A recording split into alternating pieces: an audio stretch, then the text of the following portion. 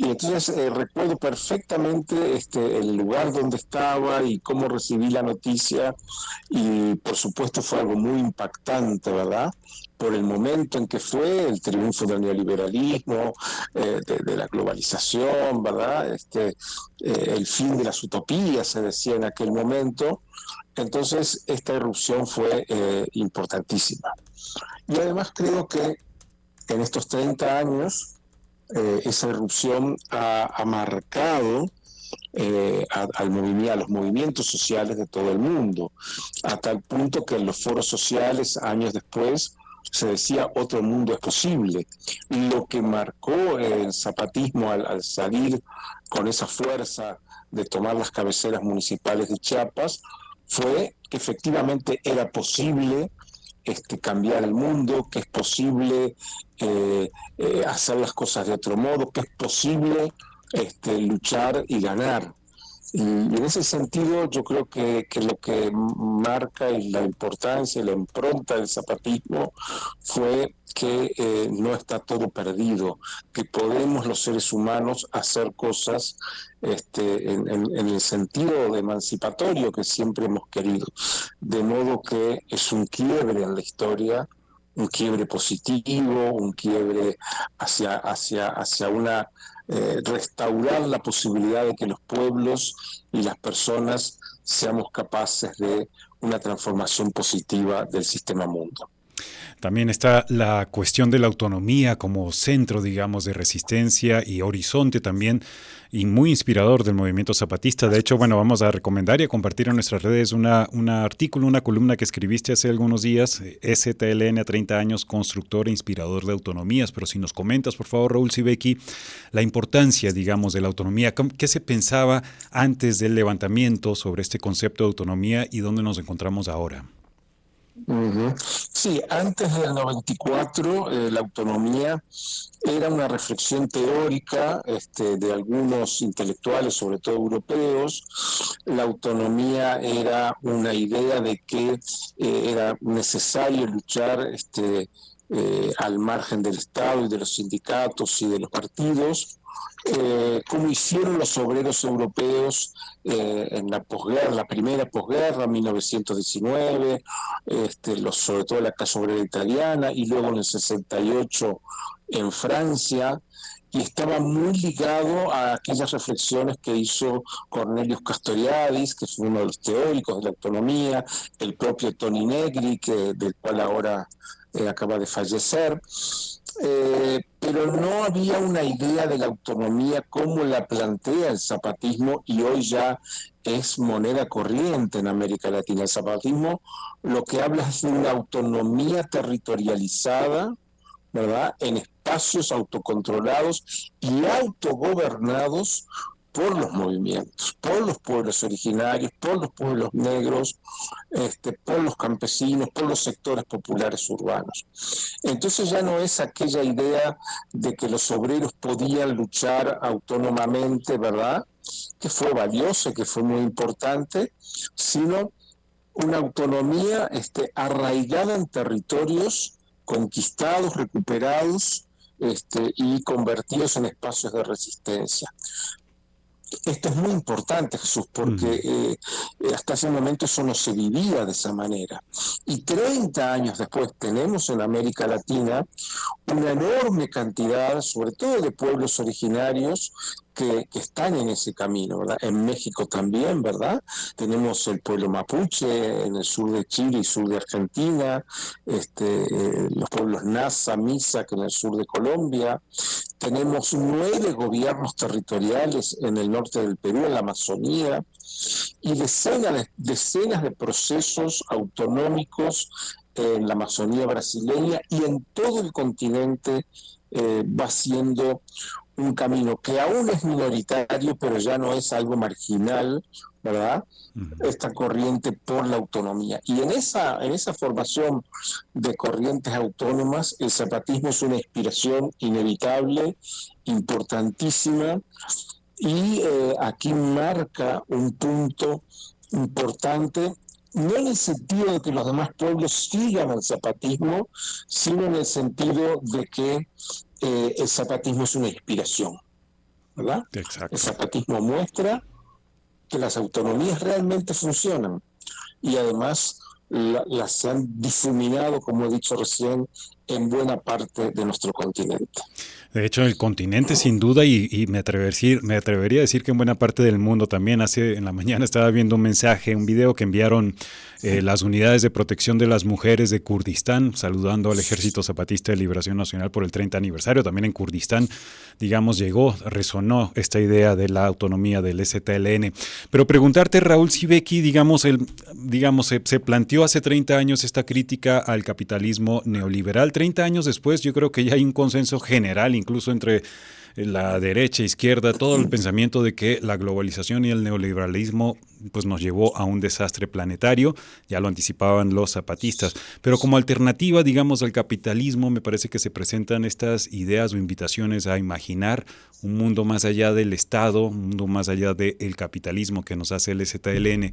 Sigue muy vigente este llamado, digamos, Raúl Sibeki, sobre todo considerando que creo que hay gente que está descontenta con el neoliberalismo, pero se ha dejado manipular por otra forma de pensamiento crítico con la globalización. Estoy pensando en votantes de tipos como Javier Milei en Argentina o como Donald Trump en Estados Unidos. Están descontentos con la globalización, con el sistema de democracia liberal, pero creo que el descontento ha caído en una manipulación por algunos políticos, pero acá hay una alternativa, ¿no?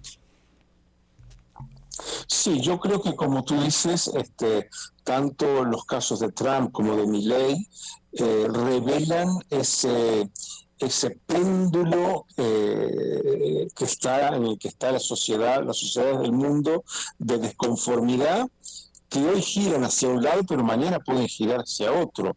Lo que es característico de esto es la falta de gobernabilidad, la falta de estabilidad política, social y económica y la desesperación de muchos sectores de la sociedad.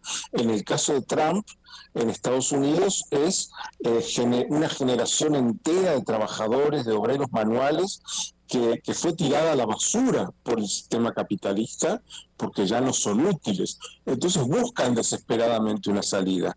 En el caso de los jóvenes en Argentina, con el tema de Milei, es una generación entera de personas que no tiene futuro en la sociedad, que no tiene posibilidad de tener un empleo digno, no tiene una vida por delante que uno pueda decir, bueno, este es un camino razonable de esta gente, de estos chicos y chicas. Entonces, me parece muy importante pensar que estos casos que mencionamos son emergentes de la crisis del capitalismo en todo el mundo. Y habrá muchos más casos como este. Tenemos el caso de Bukele en El Salvador, ¿verdad? Y tenemos cada vez Bolsonaro en Brasil. Y quiero decir algo más, Sí. porque justo cuando me llamaste estaba leyendo un artículo que decía Donald Trump no inició ninguna guerra. ¿Por qué lo digo? Porque un sector del sistema, sobre todo el Deep State, sobre todo el sector más lúcido de la clase dominante, plantea que con Trump, con Milei, las cosas pueden ser horribles. Y sí, sin duda lo pueden ser, pero que la diferencia entre republicanos y demócratas hoy entre Trump y Biden, ¿verdad?, no es tan grande. Y eso revela la magnitud de la crisis en la cual está sumido el capitalismo en todo el mundo.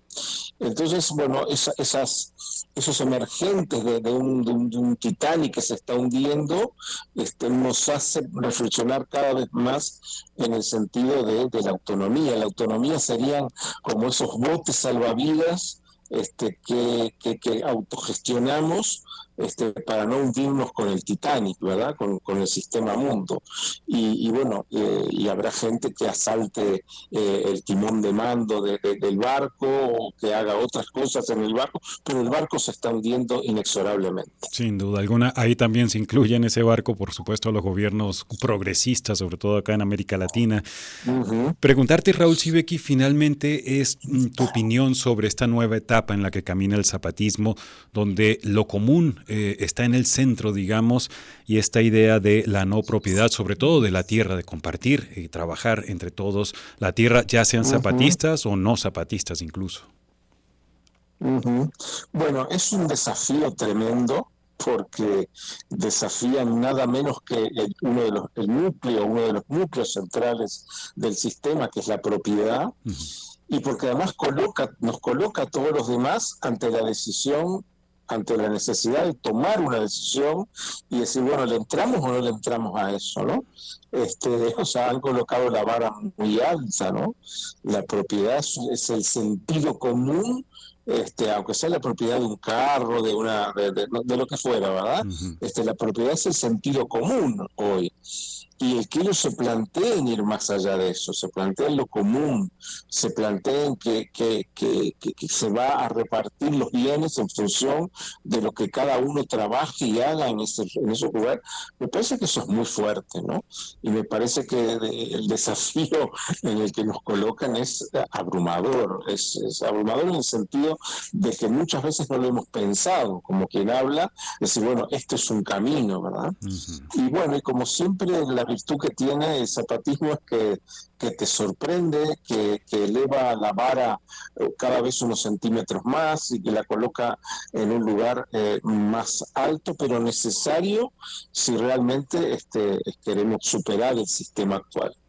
Y ya finalmente, Raúl Sibeki, viendo la cantidad de niños del relevo generacional, nietos de personas que se levantaron hace 30 años, estaban participando ahí, tu opinión, digamos, del futuro del zapatismo. Están apostando ellos hasta 120 años, digamos, de caminar. ¿Es factible, digamos?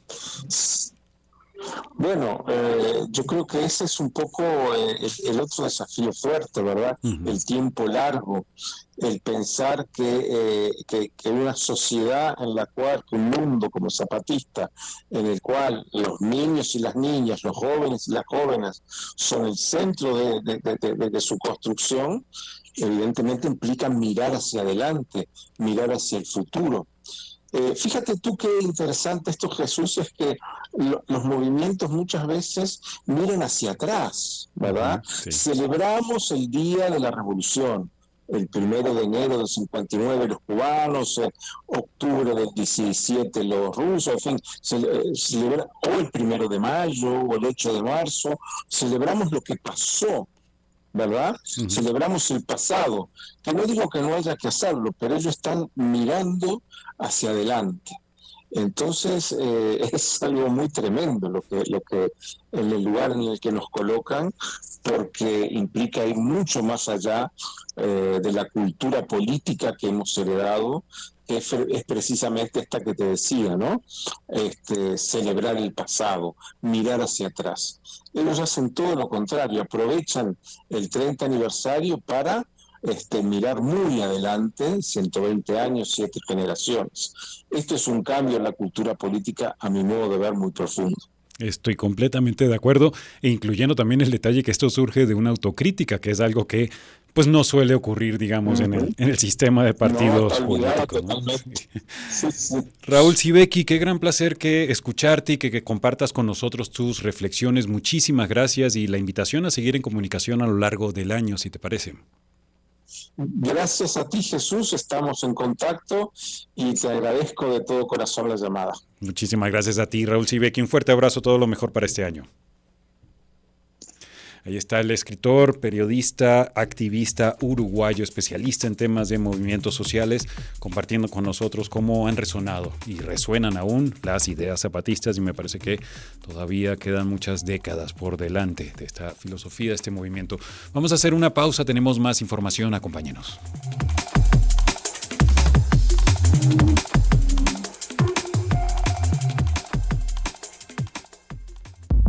Cosa Pública 2.0 se enriquece con tu